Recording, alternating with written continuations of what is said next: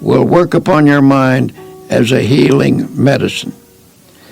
You might also practice the techniques of repeating beautiful words out loud.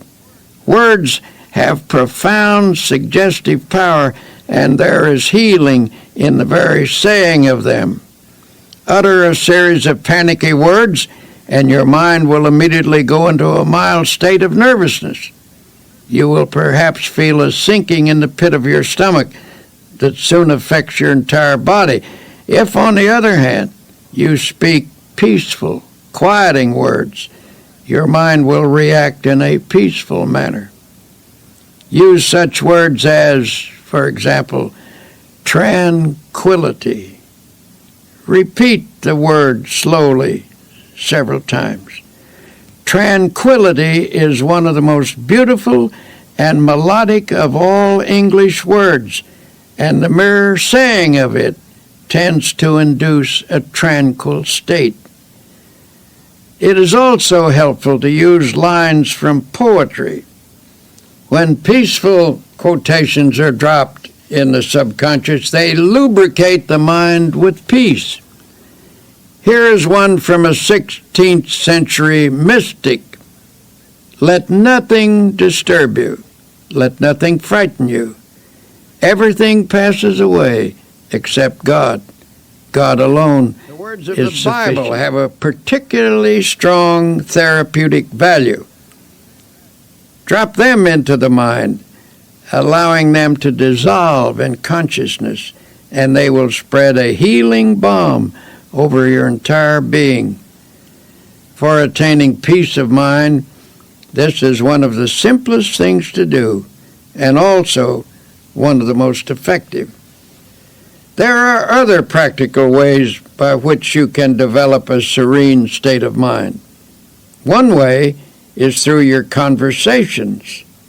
Depending upon the words we use and the tone in which we use them, we can talk ourselves into being nervous, high-strung, and upset. But by our speech, we can also achieve quiet reactions. Talk peaceful to be peaceful. You see, the words we speak have a direct and definite effect upon our thoughts. So in a group, when the conversation takes an upsetting trend, try injecting peaceful ideas into the talk. Note how it counteracts the tension. A conversation filled with unhappy expectation, at breakfast, for example, often sets the tone of the entire day. On the other hand, if you start each day by affirming peaceful attitudes, your days will tend to be pleasant and successful. Perhaps our lack of inner peace is due in part to the effect of today's increased levels of noise. Research indicates that certain amounts of noise in the place we work, live, or sleep affects the nervous system and reduces efficiency. Contrary to popular belief, it is doubtful if we ever completely adjust to some noises. No matter how familiar a repeated sound becomes, it never passes unheard by the subconscious.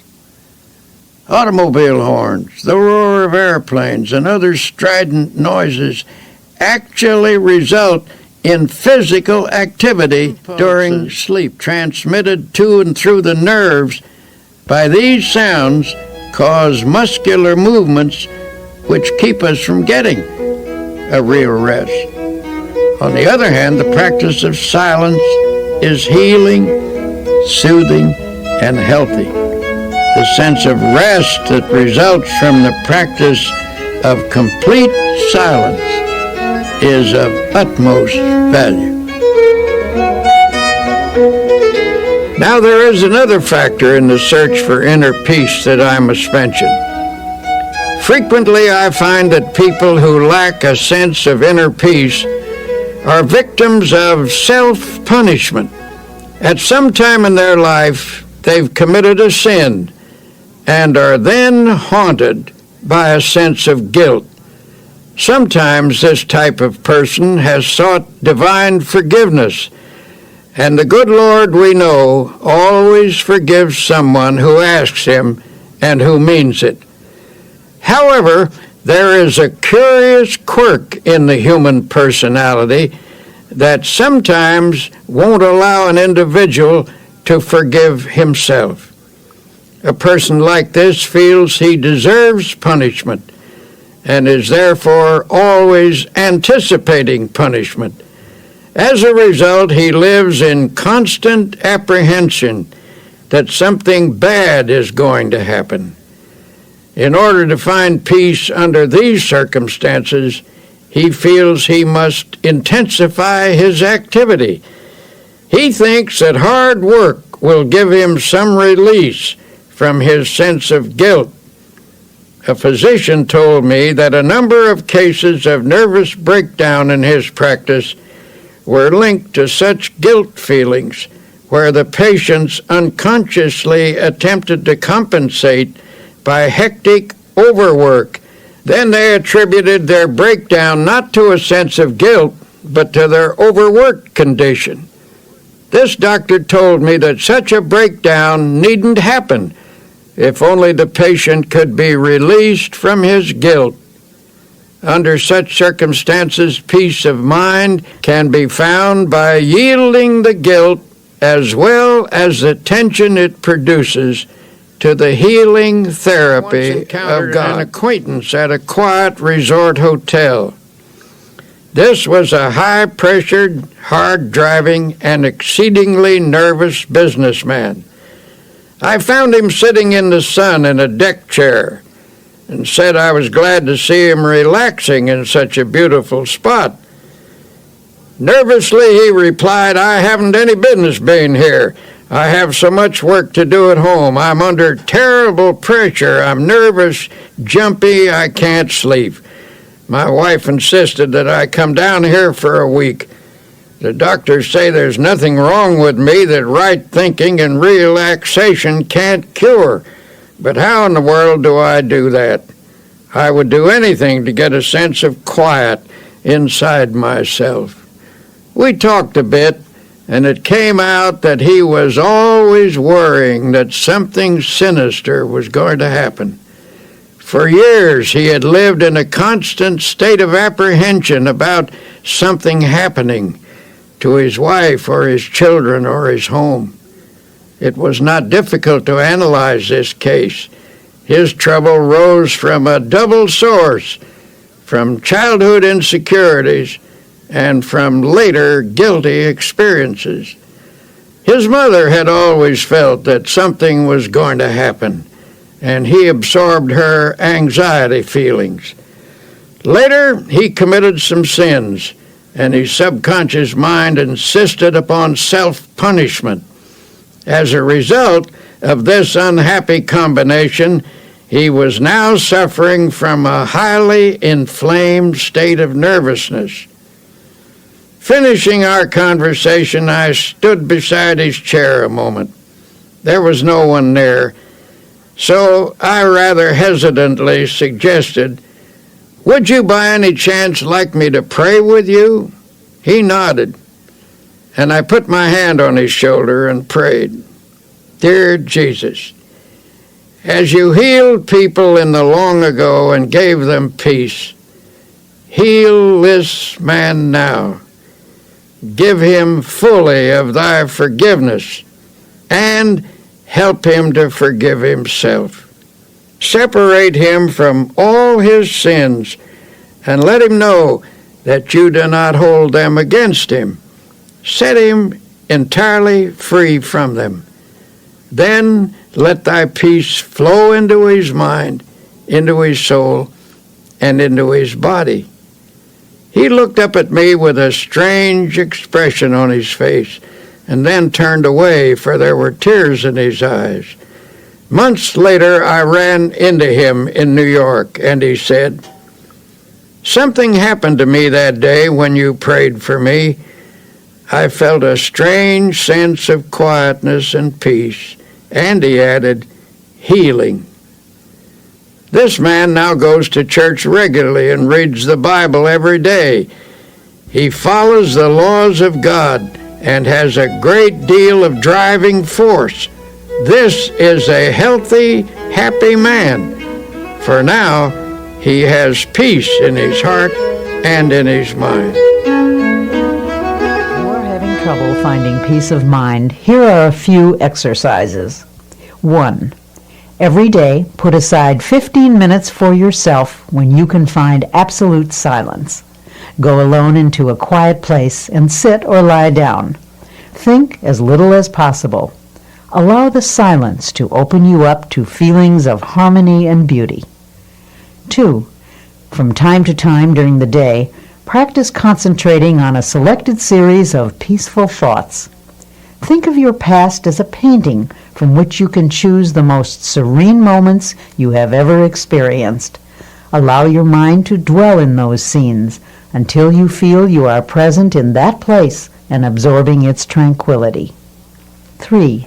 Practice the technique of repeating beautiful words out loud.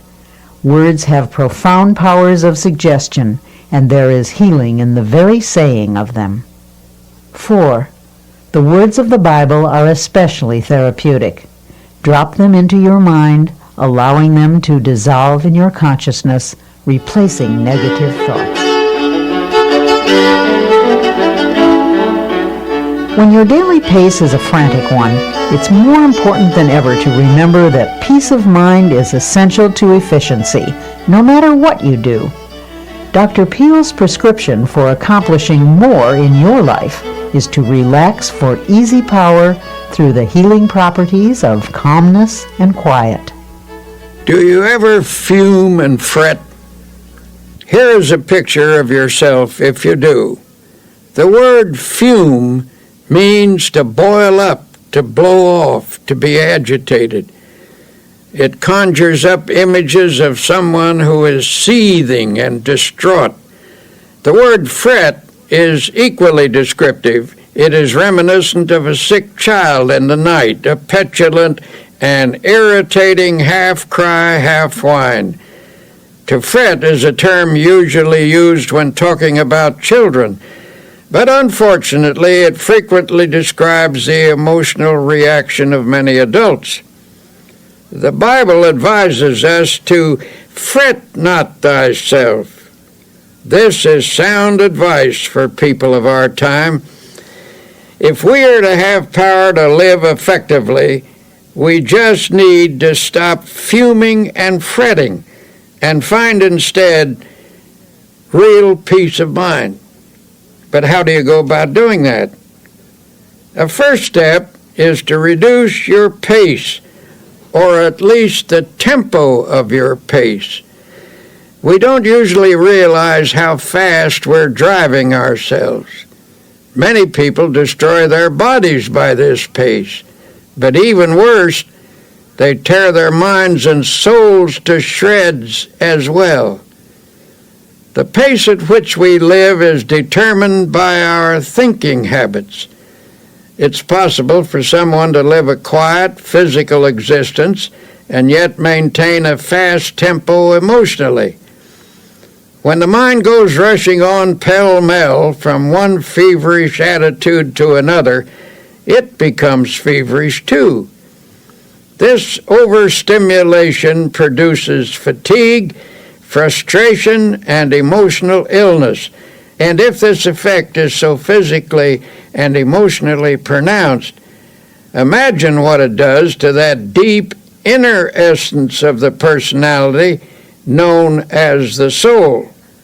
It is impossible to have peace of soul if one's tempo is so feverishly accelerated. God simply won't go that fast. He will not endeavor to keep up with you. He says, in effect, go ahead if you must with this foolish pace, and when you are worn out, I will offer you my healing. But I can make your life rich if only you will slow down and live and move and have your being in me. God moves imperturbably, slowly, and with perfect organization. The only wise rate at which to live is at God's rate. God gets things done, and they are done right, and he does them without hurrying. He neither fumes nor frets. He is peaceful and therefore very efficient. This same peace is offered to us. Peace I leave with you. My peace I give unto you. Sometimes I wonder if this generation isn't so accustomed to tension and noise that many aren't comfortable without it. The deep quietness of woods and valleys, so well known to our forefathers, is almost an alien state to them. It seems that the tempo of their lives doesn't allow them to draw upon the marvelous sources of peace and quietness that the physical world offers. One summer afternoon, my wife and I went for a long walk in the woods. We were stopping at a beautiful lake mountain house, which is set in one of the finest natural parks in this country, 7,500 acres of virgin mountainside, in the middle of which is a lake that is set like a gem in the forest. Here you come out of the deep woods onto some noble promontory and rest your eyes on great valleys set among hills, rock-ribbed and ancient as the sun. These woods, mountains, and valleys constitute what ought to be a sure retreat from every confusion in this world. On this afternoon as we walked, there was a mixture of summer showers and sunlit hours. We were drenched and started to fret about it a bit because it took the press out of our clothes. Then we told each other that it doesn't hurt a human being to get drenched with clean rainwater, that the rain feels cool and fresh on one's face, and that you can always sit in the sun and dry yourself out. So we walked under the trees and talked, and then fell silent. We were listening deeply to the quietness. In the strict sense, the woods are never still. There is tremendous activity always in the process. But on this beautiful afternoon, nature's sounds were quiet, harmonious. Nature was laying its hand of healing quietness upon us, and we could actually feel the tension being drawn off. Just as we were falling under this spell, the faint sounds of something passing for music came to us. It was a nervous, high-strung music, so popular these days. And presently through the woods came 3 young people, and one of them was lugging a portable radio. City people out for a walk in the woods, and tragically enough were bringing their noise along with them. They were nice folk, too, for they stopped and we had a pleasant talk with them. It occurred to me to ask them to turn that thing off and listen to the music of the woods. But I didn't feel it was my business to instruct them, and finally they went on their way. We commented on the loss they were incurring, that they could pass through this peacefulness and not give ear to the music that is as old as the world, harmony and melody the like of which man has never equaled, the song of the wind through the trees, the sweet notes of birds singing their hearts out, the whole background of the music of the spheres. Remember the words of Jesus, "Come ye yourselves apart into a desert place and rest a while." Frequently enough, I've had to remind myself to practice this truth. But we must discipline ourselves to quietness if we expect its benefits in our lives. To help reduce the tension that seems to dominate people everywhere, you can start by reducing your pace. To do that, you will need to slow down and quiet down. Do not fume. Do not fret. Practice being peaceful. Practice the peace of God, which passeth all understanding. Then note the quiet sense of power that wells up within you. A physician gave some rather unusual advice to a patient of his, one of those aggressive, go-getter types of businessman. This man had been telling him that he takes his briefcase home with him every night, packed with important work that must get done right away. When the doctor asked if someone else couldn't help him with it, the man snapped, "Nope, I'm the only one who can do it. Everything depends on me." The doctor asked, "If I write a prescription, will you follow it?" This, believe it or not, was the prescription. His patient was to take off 2 hours every working day and go for a long walk. Then he was to take off a half day a week and spend that half day in a cemetery. In astonishment, the patient demanded, "Why should I spend a half day in a cemetery?" "Because," answered the doctor, "I want you to wander around and look at the gravestones of men who are there permanently.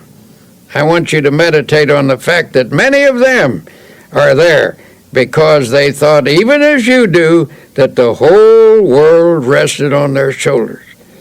Meditate on the solemn fact that when you get there permanently, the world will go on just the same. There are times when it is essential to check our headlong pace, and it must be emphasized that the only way to stop is to stop. Believe me, I know personally from a certain city to give a lecture and was met at the plane by a committee.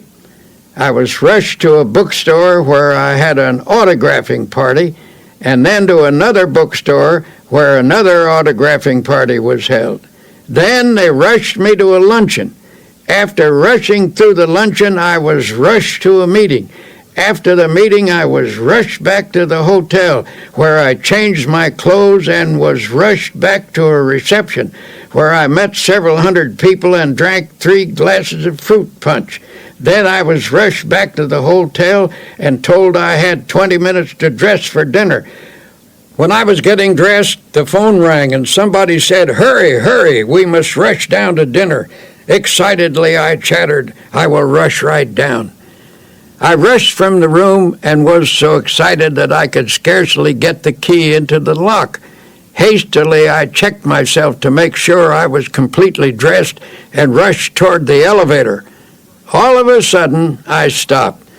I was out of breath. I asked myself, just what is this all about? What is the meaning of this ceaseless rush? This is ridiculous. Then I declared independence and said, I don't care if I go to dinner or not. I do not care whether I make a speech. I do not have to go to this dinner, and I do not have to give a speech. So deliberately and slowly I walked back to my room and took my time about opening the door. I telephoned the man downstairs and said, if you want to eat, go ahead. If you want to save a place for me, I will be down after a while when I'm good and ready. But I'm not going to rush anymore. So I removed my coat, sat down, took off my shoes, put my feet up on the table, and just sat. Then I opened the Bible and very slowly read aloud the 121st Psalm. I will lift up mine eyes unto the hills, from whence cometh my help. I closed the book and had a little talk with myself, saying, come on now, son, start living a slower pace and a more relaxed life. And then I affirmed, God is here and his peace is touching me. I don't need anything to eat, I reasoned. I eat too much anyway. Besides, the dinner will probably not be very good, and if I am quiet now, I will give a better speech at 8 o'clock.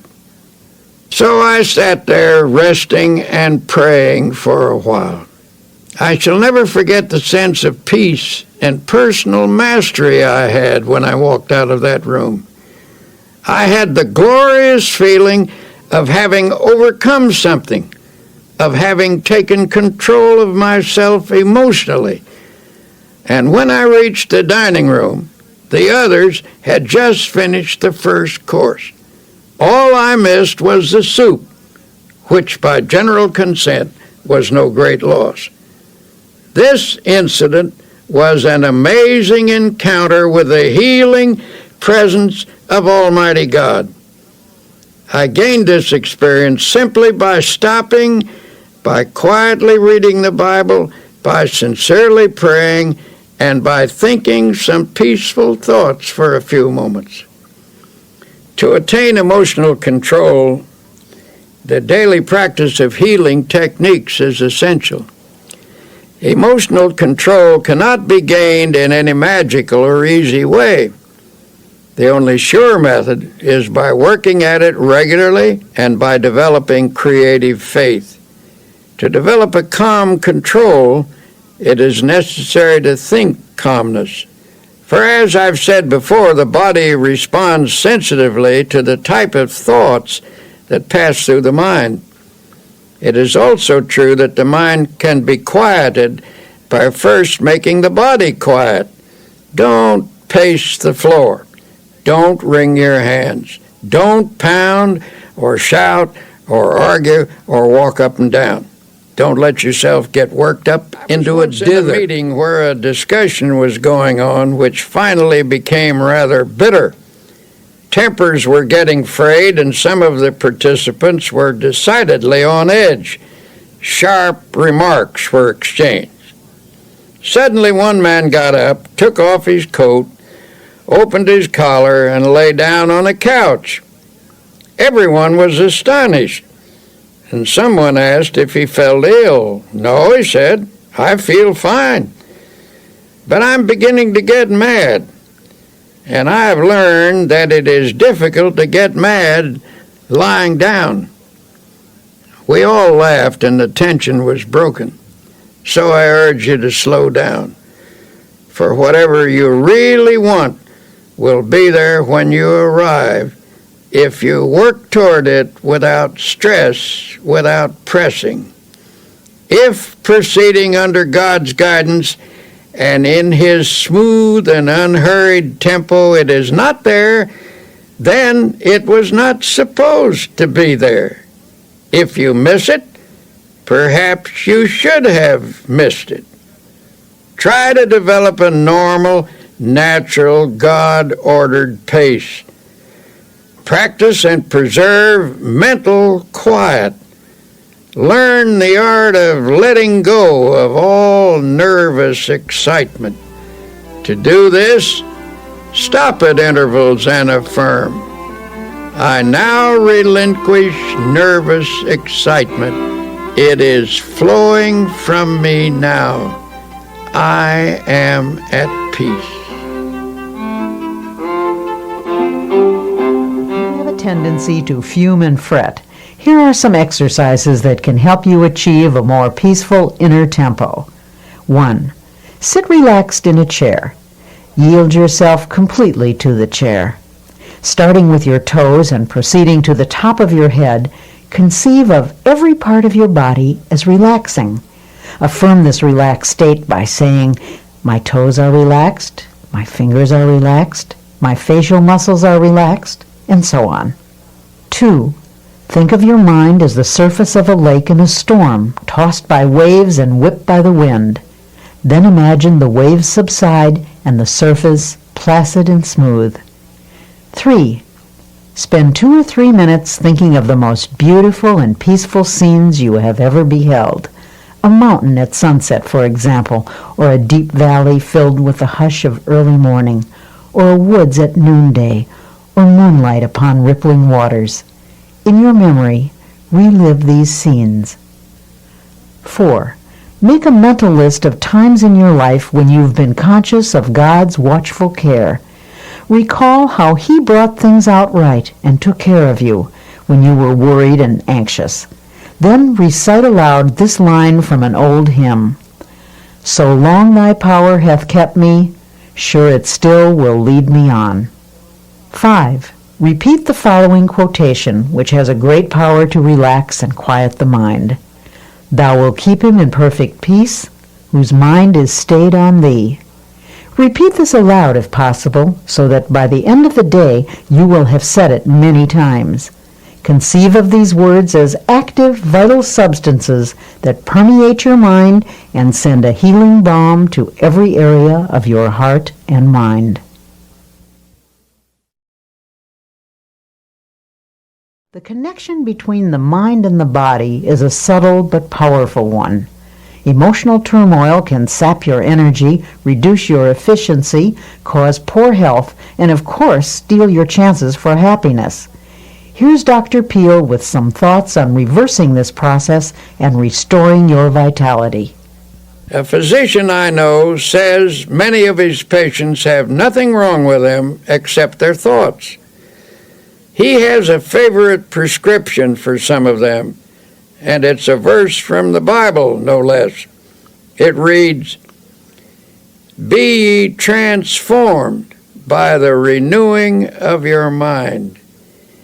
He finds that when his patients change the pattern of their thoughts, they actually achieve a more peaceful state of mind. And that helps to produce health and well-being. Many people can benefit from such a prescription of prayer, faith, and dynamic spiritual thinking. Here's an example. The sales manager of a large company had experienced a serious decline in both ability and energy. He had once been a man of outstanding efficiency and power, but in the last year or so, he'd lost his creative skill and sales were slipping badly. 2 vacations brought no improvement. This man's physician recommended to the company president that his patient come to our religio-psychiatric clinic for an interview. When he arrived, he was rather indignant at being sent to a church. "This is a pretty pass," he fumed, "when they send a businessman to a preacher. I suppose you're going to pray with me and read the Bible," he said irritably. "Well, I wouldn't be surprised," I answered, "for sometimes our trouble lies in an area where prayer and the therapy of the Bible can have an important effect." He proved most sullen and uncooperative until I was finally forced to say to him, "Listen, I want to tell you bluntly that you'd better cooperate with us or you're going to be fired." "Who told you that?" he demanded. "Your boss," I replied. "In fact, he says that unless we can straighten you out, as much as he regrets it, you're through." You never saw such a stunned expression on anybody's face. "What do you think I ought to do?" he finally stammered. "A person often gets himself into the state you're in," I replied, "because the mind is filled with fear, anxiety, tension, resentment, guilt, or a combination of all of these. When these ingredients accumulate to a certain weight, the personality cannot support them any longer and gives way. Normal sources of emotional, spiritual, and intellectual power become clogged up. The person becomes bogged down by resentment, fear, or guilt. I don't know your trouble, but I suggest you think of me as a sympathetic friend with whom you can be absolutely open, and that you begin to tell me all about yourself. I emphasize the importance of concealing nothing and of emptying whatever fears, resentments, or guilt feelings might be in his mind. It was rather difficult to get him to talk, for he was essentially a decent person and had a strong sense of shame. In due course, the troubles came out. He'd committed a series of sins, and these involved him in a complicated maze of lies. He was living in fear of exposure, and all in all, it was a most pathetic mass of inner confusion. Never forget the way he reacted when it was all over. Standing on his feet, he began to stretch. He stood on tiptoes, reaching his fingers toward the ceiling, and then took a deep breath. "My," he said, "I feel good." It was a dramatic expression of release and relief. Then I suggested that he pray and ask God to forgive him and to fill him with peace and cleanness. "Do you mean for me to pray aloud?" he asked dubiously. "I never did that in my whole life." "Yes," I said, "it's a good practice, one that will strengthen you."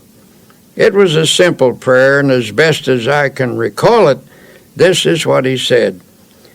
"Dear Lord, I've been an unclean man, and I'm sorry for the wrong I have done.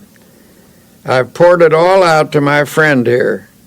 I now ask you to forgive me and to fill me with peace. Also, make me strong so that I will never repeat these actions. Help me to be clean again, and better, lots better." He went back to his office that very day. Nothing was ever said to him, and it did not need to be, for soon he got back into stride and regained his position as one of the best sales managers in his city. Later, I met his president, who said, "I don't know what you did to Bill, but now he certainly is a ball of fire." "It wasn't me," I replied. Every thoughtful person who has ever considered the matter realizes that doctors are right when they tell us that grudges, resentment, jealousy, vindictiveness, hate, and so on are attitudes that produce poor health. The effects of anger are among the worst. Have a fit of anger and experience for yourself that sinking feeling in the pit of your stomach, that sense of sickness. Chemical reactions in the body are set up by emotional outbursts, which in turn result in feelings of ill health. Should these continue, either violently or in a simmering state, over a period of time, the general condition of the body will deteriorate. Violent negative emotions place great strain upon the heart. One doctor describes how common it is for a person's blood pressure to jump 60 points almost instantly in response to an outburst of anger. A colleague of his suffered from a heart condition and knew that he was at the mercy of anyone who could annoy him.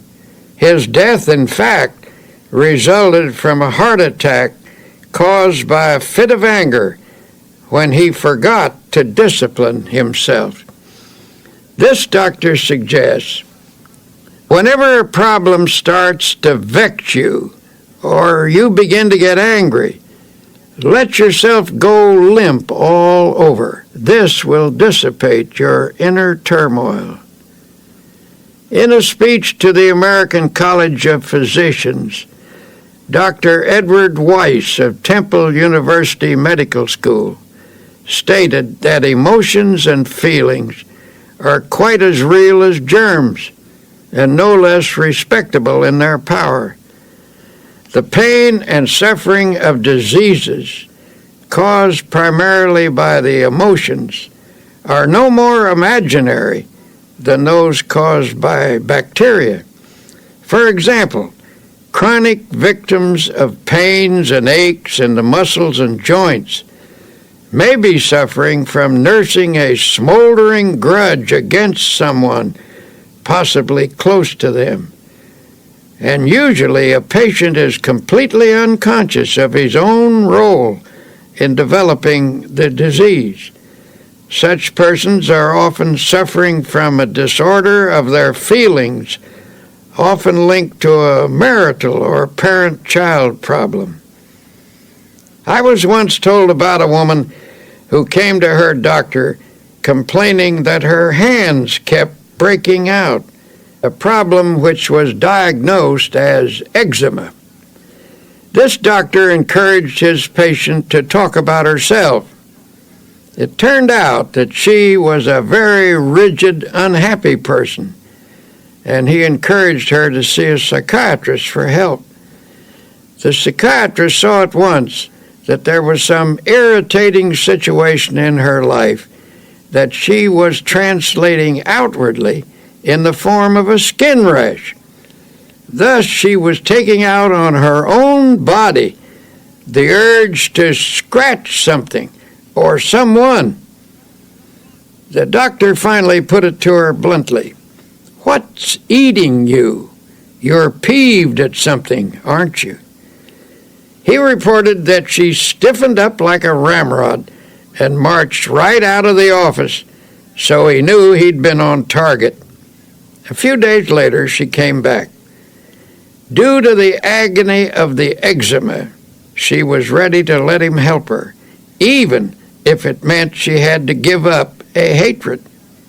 It turned out to be a family argument about a will. This woman felt she'd been unfairly treated by a younger brother of her hostility and made up with her brother. The eczema vanished within 24 hours. Such cases go on and on. When people allow their emotions to get the better of them, their body responds by breaking down in small or sometimes in large and grave ways. How we think we feel physically has a definite effect on how we do feel. If your mind tells you you're tired or ill, the nerves and the muscles accept that as a fact. On the other hand, if you convince yourself that you feel refreshed and healthy, energy and well-being can also be generated. The body is designed to produce all the energy you need over an amazingly long period of time. To have good health, a person must take reasonable care of his body with proper diet, exercise, sleep, and so on. To complete the prescription, a well-balanced emotional life is also necessary. When body, mind, and spirit work harmoniously, energy is continuously replaced. The longer I live, the more I'm convinced that neither age nor circumstance needs to deprive us of energy and vitality. If you are feeling under par, I recommend that you do a very scrupulous self-analysis. Honestly, ask yourself if you're harboring any ill will or resentment or grudges, and if so, cast them out. Every day and every night of your life, these feelings eat away at you. Emotional ills sap your energy, reduce your efficiency, cause poor health, and of course, they steal your chances for happiness. And yet some people still think that when the Bible tells us not to hate or get angry, it is theoretical advice. The Bible is not theoretical. It is our greatest book of wisdom. It is filled with practical advice on living and on health. Since irritation, anger, hate, and resentment have such a powerful effect on our health, what is the antidote?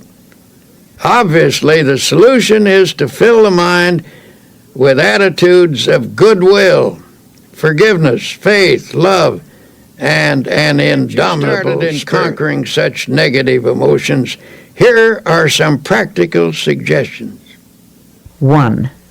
Remember that anger is an emotion, and an emotion is always warm, even hot. To reduce an emotion, cool it. We all know that when a person gets angry, hands clench, the voice rises stridently, muscles tense, the body becomes rigid. Physically, you become poised to fight with adrenaline shooting through your body.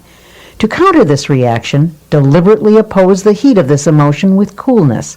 Freeze it out. Use your will to keep your hands from clenching by holding your fingers out straight. Deliberately reduce the tone of your voice. Bring it down to a whisper. Slump in a chair or even lie down if possible. Remember, it's difficult to argue in a whisper or even get mad while lying down. At the moment, it may be a bit hard to pray, but try it anyway. At least conjure up a picture of God in your mind and try to think of Him angry as you are. You can't do it, and the effort will serve to puncture your hostility. Instead of counting to 10 when you feel anger mounting, try the first 10 words of the Our Father. Our Father, who art in heaven, hallowed be thy name. Say that 10 times and your anger will lose its power. Anger is an emotion which is sometimes the accumulation of many minor irritations.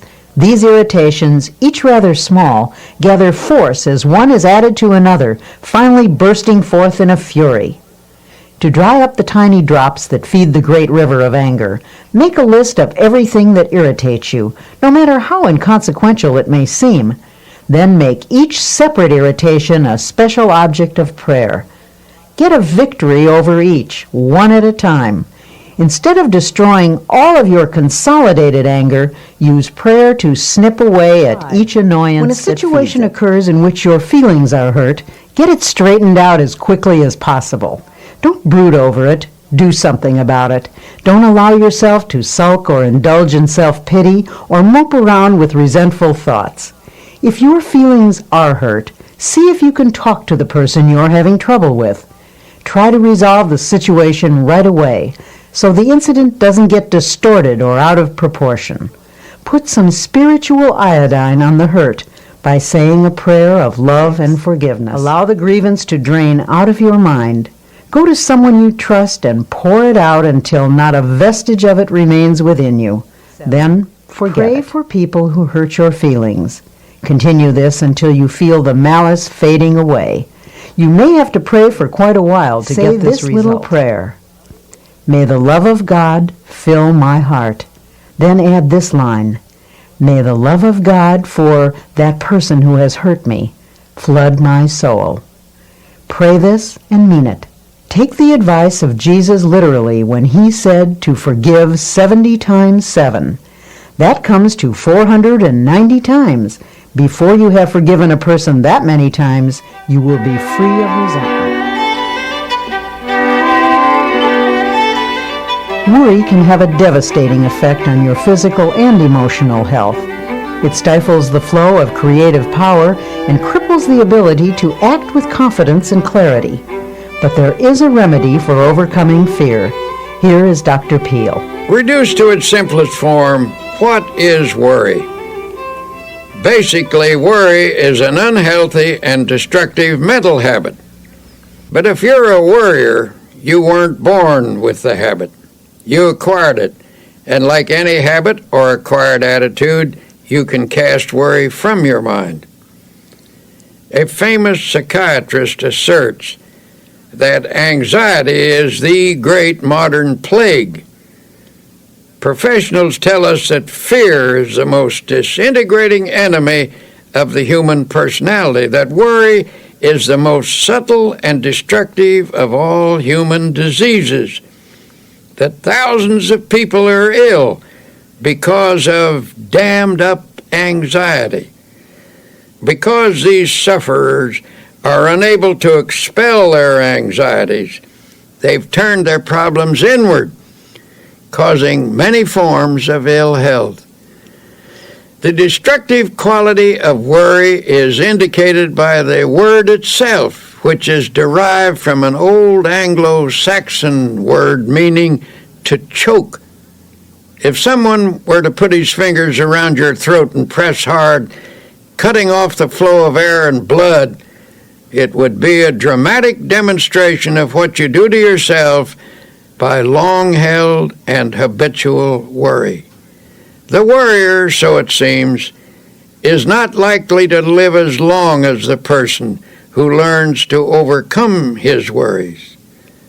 A study of some 450 people who lived to be 100 years of age found that the following reasons contributed to their long and contented lives. 1, they kept busy. 2, they used moderation in all things. 3, they ate lightly and simply. 4, they got a great deal of fun out of life. 5, they were early to bed and early to rise. 6, they were free from worry and fear, especially the fear of death. 7, they had serene minds and faith in God. Have you ever heard a person say, "I'm almost sick with worry," and then add with a laugh, "But I guess worry never really makes you ill"? But that is where they are wrong. Worry can make you ill. The problem is we worry not only with our minds, but with our hearts, brains, and every other part of ourselves. No matter what the cause of worry and fear, its effect can be noted in the cells, tissues, and organs. But don't be discouraged. There is a remedy that will bring you sure relief. You can overcome your worries. The first step is simply believing you can. For whatever you believe you can do, with God's help, you can do. Here then is a practical procedure which will help to eliminate abnormal worry from your daily life. Practice emptying the mind daily. This is a suggestion I will repeat over and over again, for it is of utmost importance. To avoid retaining worries in your mind while you sleep, this mental catharsis should be done preferably before retiring at night. The last 5 minutes before going to sleep are of extraordinary importance, for in that brief period the mind is most receptive to suggestion. It tends to absorb the last ideas that are entertained in the waking state. Then while you sleep, thoughts sink into the subconscious. This process of mind letting is important in overcoming worry because fearful thoughts can clog the mind and impede the flow of mental and spiritual power. But if such thoughts are eliminated daily, they will not accumulate. To help drain away these thoughts, you might use a process of creative imagination, in which you conceive of yourself as actually emptying your mind of all anxiety and fear. Think of the remarkable imaginative skill of small children. Watch how they respond to the game of kissing away a hurt.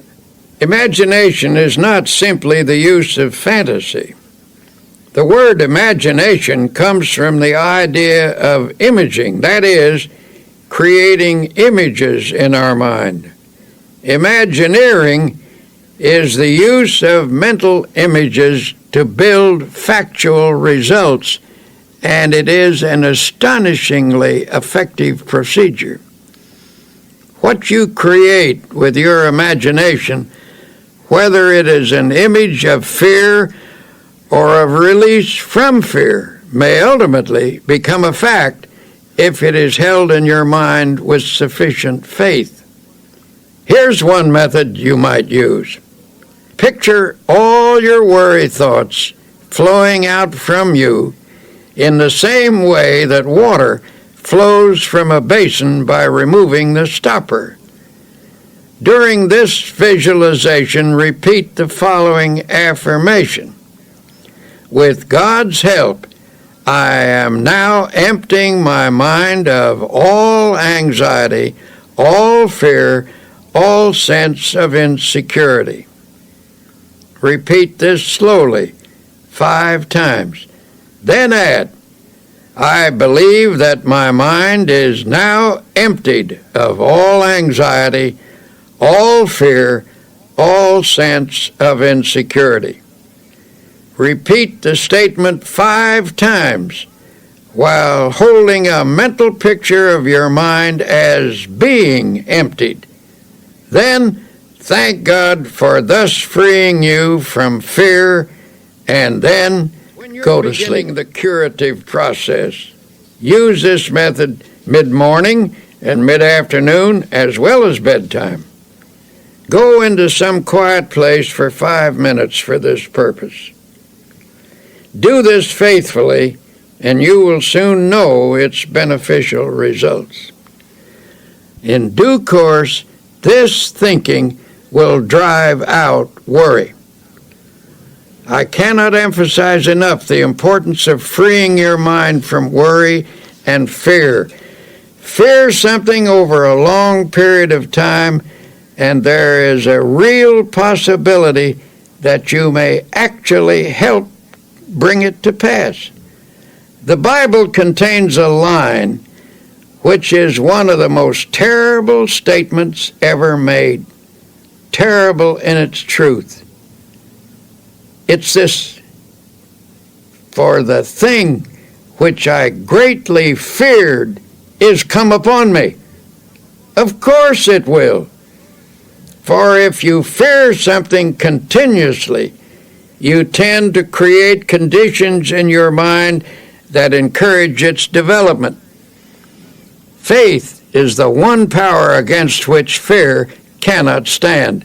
Master faith, and you will automatically master fear. As the Bible also suggests, that which I have greatly believed has come upon me. In many different ways, the Bible tells us that if we have faith, nothing is impossible.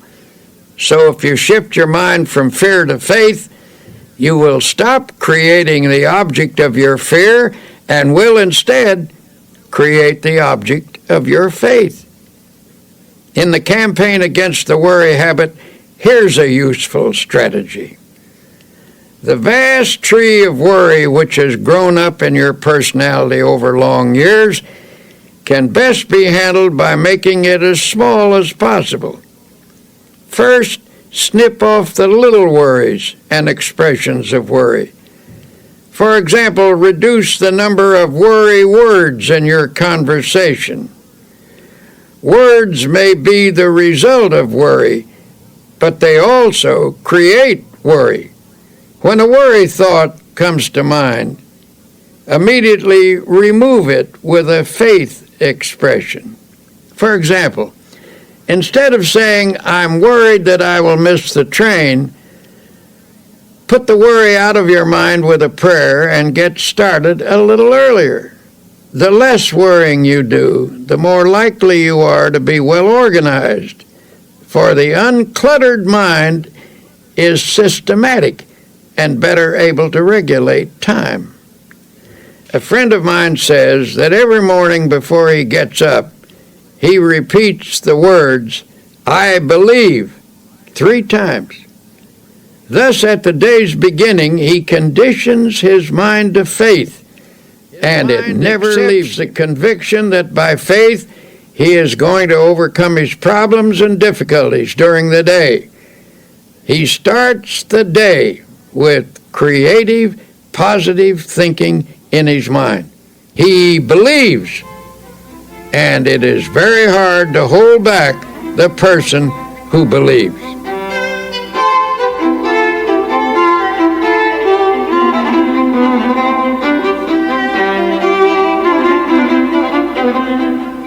Many people fail to overcome troubles such as worry because they allow a problem to seem complicated. It can be very useful to attack the problem with some simple technique, something that dramatizes your war against worry I've seen was developed by a man who was once a tremendous worrier. At one point, he was worrying himself into a bad state of nerves and ill health. He suffered from continual doubt about whether or not he had done or said the right thing. He was always rehashing his decisions and getting unnerved about them. I suggested that he ought to work out some simple method that would help him drop the day completely when it was over and go ahead into the future. One day I noticed that his state of mind was improving, and I commented on it. "Oh, yes," he said, "I finally got the secret, and it has worked amazingly well." He asked me to drop into his office sometime during the close of the day, and he would show me how he had broken the worry habit. One evening I did, and he explained that he'd worked out a little ritual to perform every night before leaving his office. We picked up our hats and coats and started toward the door. By the door stood a wastebasket, and above it on the wall was a calendar. You could see only one date at a time, and that date was in large print. He said, "Now I will perform my evening ritual, the one that has helped me break the worry habit." He reached up and tore off the calendar page for that day. He rolled it into a small ball, and I watched with fascination as his fingers slowly opened and he dropped that day into the wastebasket. He then closed his eyes and his lips moved. Upon finishing his prayer, he said, "Amen. Okay, the day is over. Come on, let's go out and enjoy ourselves." As we walked down the street, I asked, "Would you mind telling me what you said in that prayer?" He laughed and said, "I don't think it is your kind of prayer." "Well, I pray something like this: Lord, you gave me this day. I didn't ask for it, but I was glad to have it. I did the best I could with it, and you helped me, and I thank you. I made some mistakes. That was when I didn't follow your advice, and I'm sorry about that. Forgive me. But I had some victories and some successes too, and I'm very grateful for your guidance. But now, Lord, mistakes or successes, victories or defeats, the day is over, and I'm through with it. So I'm giving it back to you. Amen." Well, perhaps that isn't an orthodox prayer, but it certainly proved to be an effective one. He dramatized the finishing of the day, and he set his face to the future, expecting to do better tomorrow. When the day is over, God blacks it out by bringing down the curtain of night. This man cooperated with God's method, and his past mistakes and failures gradually lost their hold on him. He was released from the worries that accumulated from his yesterdays. His anti-worry formula is also described in these words from the Bible.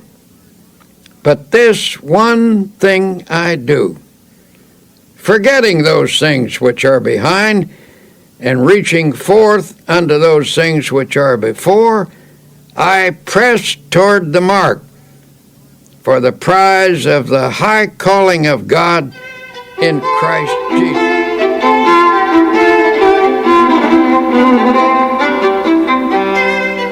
To help you break the worry habit, here are some practical suggestions you can start using right away.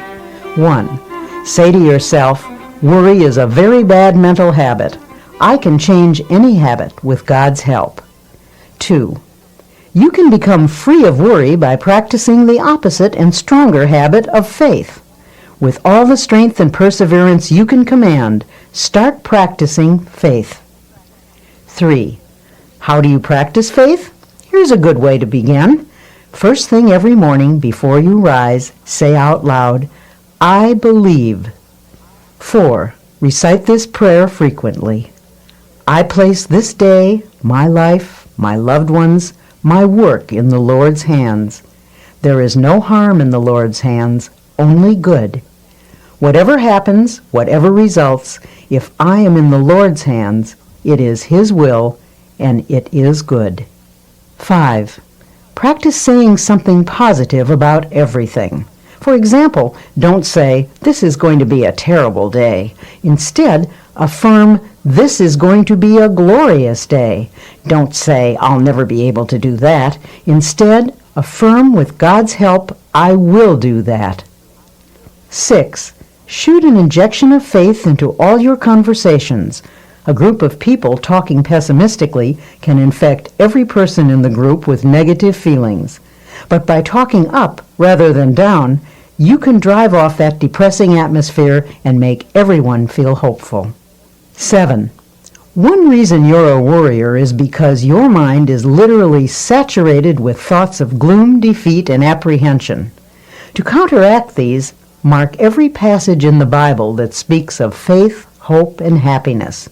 Commit each to memory. Say them over and over again until they saturate your subconscious mind. Then the subconscious will return to you what you have given it, namely optimism, not worry. 8. Help others cure the worry habit. In helping another to overcome worry, you get greater power over it within yourself. 9. Every day of your life, conceive of yourself as living in partnership and companionship with God. If He actually walked by your side, would you be worried and afraid? Well then, say to yourself, "He is with me."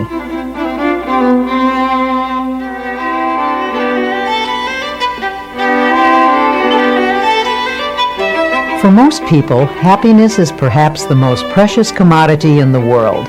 And yet, all too often, it eludes us. In this segment called Create Your Own Happiness, you'll discover why happiness is really a state of mind. Once I met a man who absolutely bubbled over with radiant happiness. When I asked him his secret, he said, "Why, it's just as plain as the nose on your face. When I get up in the morning, I realize I have two choices, either to be happy or unhappy. And what do you think I do? I just choose to be happy, and that's all there is to it." Now, that may seem a superficial response, but I recall that Abraham Lincoln, who nobody could accuse of being superficial, said that people were just about as happy as they made their minds up to be. Perhaps the easiest thing in the world to find is a way of being unhappy. Just choose unhappiness. Go around telling yourself that things aren't going well, that nothing is satisfactory, and you can be quite sure of being unhappy. But say to yourself, things are going nicely, life is good, I choose happiness. And you can be quite sure of having your choice. Children are much more adept at finding happiness than most adults.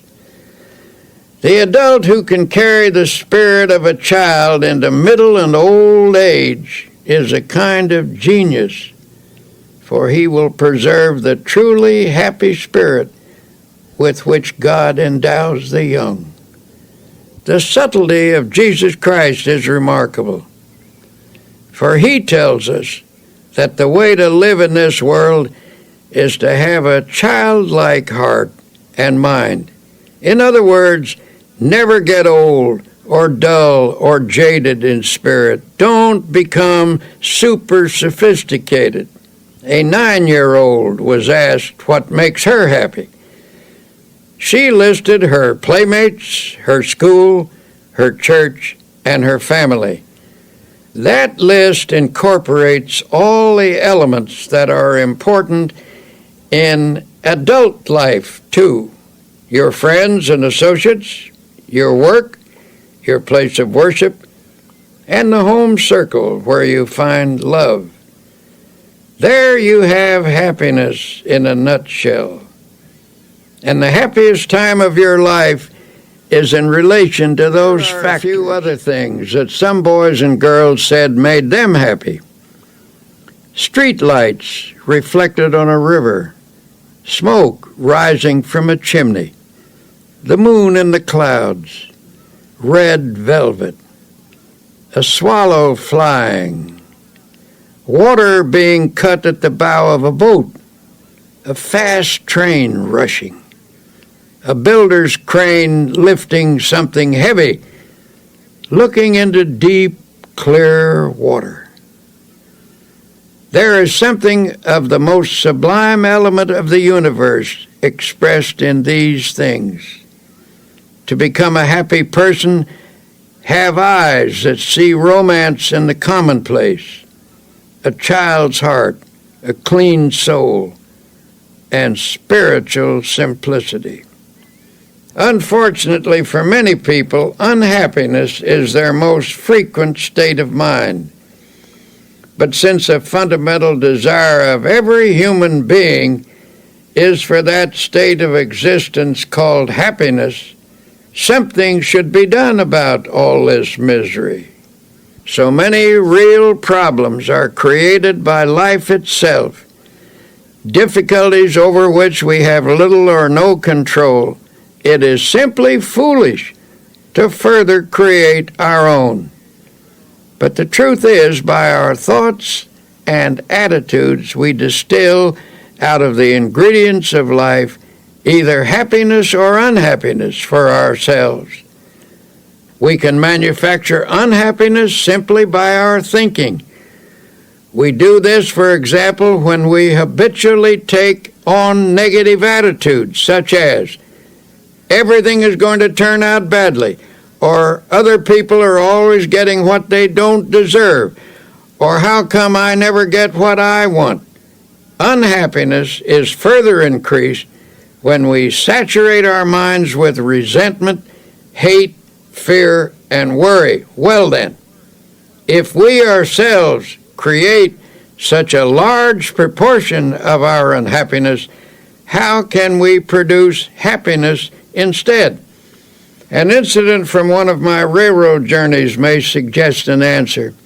One morning, a half dozen of us were shaving in the men's lounge. As always in such close quarters after a night on a train, this group of strangers was not disposed to be cheerful. There was little conversation, and that little was mostly mumbled. Then a man came in wearing a broad smile. He greeted us all with a bright good morning, but received rather unenthusiastic grunts in return. As he went about his shaving, he was humming a happy little tune. It got a bit on the nerves of some of the men, and finally one said rather sarcastically, "You certainly seem to be happy this morning. Why all the cheer?" "Yes," the man answered, "as a matter of fact, I am happy. I do feel cheerful." Then he added, "I make it a habit to be happy." That's all he said. But that simple statement is really quite profound. For happiness depends to an important degree upon the habit of mind we cultivate. The book of Proverbs, that collection of wise sayings, puts it in another way. He that is of a merry heart hath a continual feast. Out of the happiness habit comes a happy life. And because we can cultivate a habit, we therefore have the power to create our own happiness habit. Make a mental list of pleasant thoughts and pass them through your mind several times a day. If an unpleasant thought should enter your mind, immediately stop, consciously reject it, and substitute a pleasant thought. Every morning before rising, lie relaxed in bed for a few minutes. Let pictures of each happy experience you expect to have during the day pass across your mind. Savor their joy. Such thinking will help cause events to turn out that way. Do not affirm that things will not go well that day. By merely saying that, you can actually help to make it so. You will draw to yourself every factor, large and small, that will contribute to unhappy conditions. As a result, you will find yourself asking, why does everything go badly for me? What's the matter with everything? Tomorrow, Try this plan instead. When you rise, say out loud 3 times this one sentence. This is the day which the Lord hath made. I will rejoice and be glad in it. Repeat it in a strong, clear voice with positive tone and emphasis.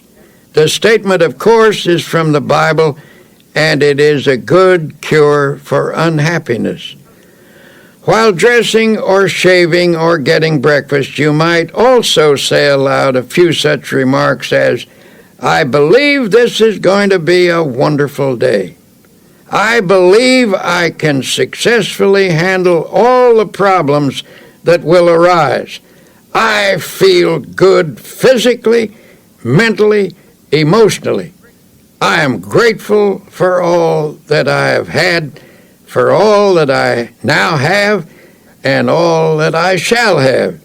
Things are not going to fall apart because God is here, and He is with me, and He will see me through.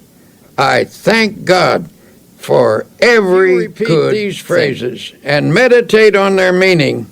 You will change the character of your day by starting off with a positive frame of mind.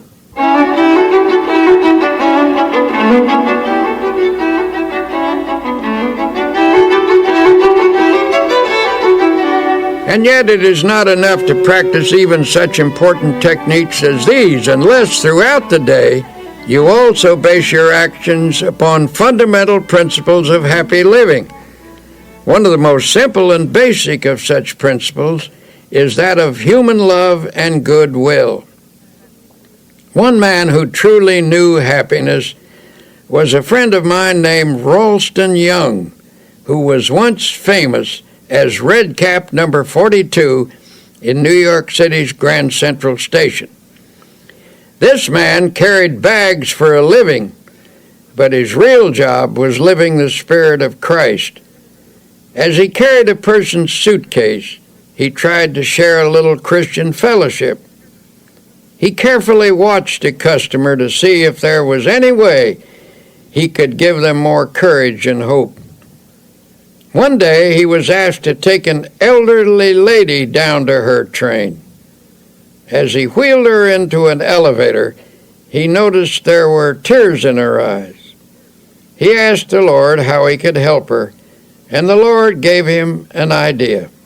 As he wheeled her off the elevator, he said with a smile, "Ma'am, if you don't mind my saying so, that is a mighty pretty hat you're wearing."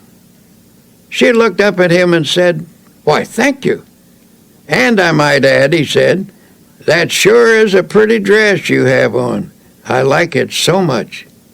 This appealed to her, and despite the fact that she wasn't feeling well, she brightened up and asked, "Why in the world did you say those nice things to me? It's very thoughtful of you." "Well," he said, "I saw how unhappy you were. I saw that you were crying, and I just asked the Lord how I could help you. The Lord said, speak to her about her hat. The dress," he added, "was my own idea." When he asked her if she didn't feel well, she told him that she was in constant pain. She asked him, "Do you by any chance know what it means to be in pain all the time?" Ralston had an answer. "Yes, ma'am, I do. A long time ago I lost an eye, and it hurt like a hot iron day and night. But," she said, "you seem to be happy now. How did you do it?" By this time he had her in her seat in the train, and he said, "Prayer, ma'am, just by prayer." Softly she asked, "Does prayer, just prayer, take your pain away?"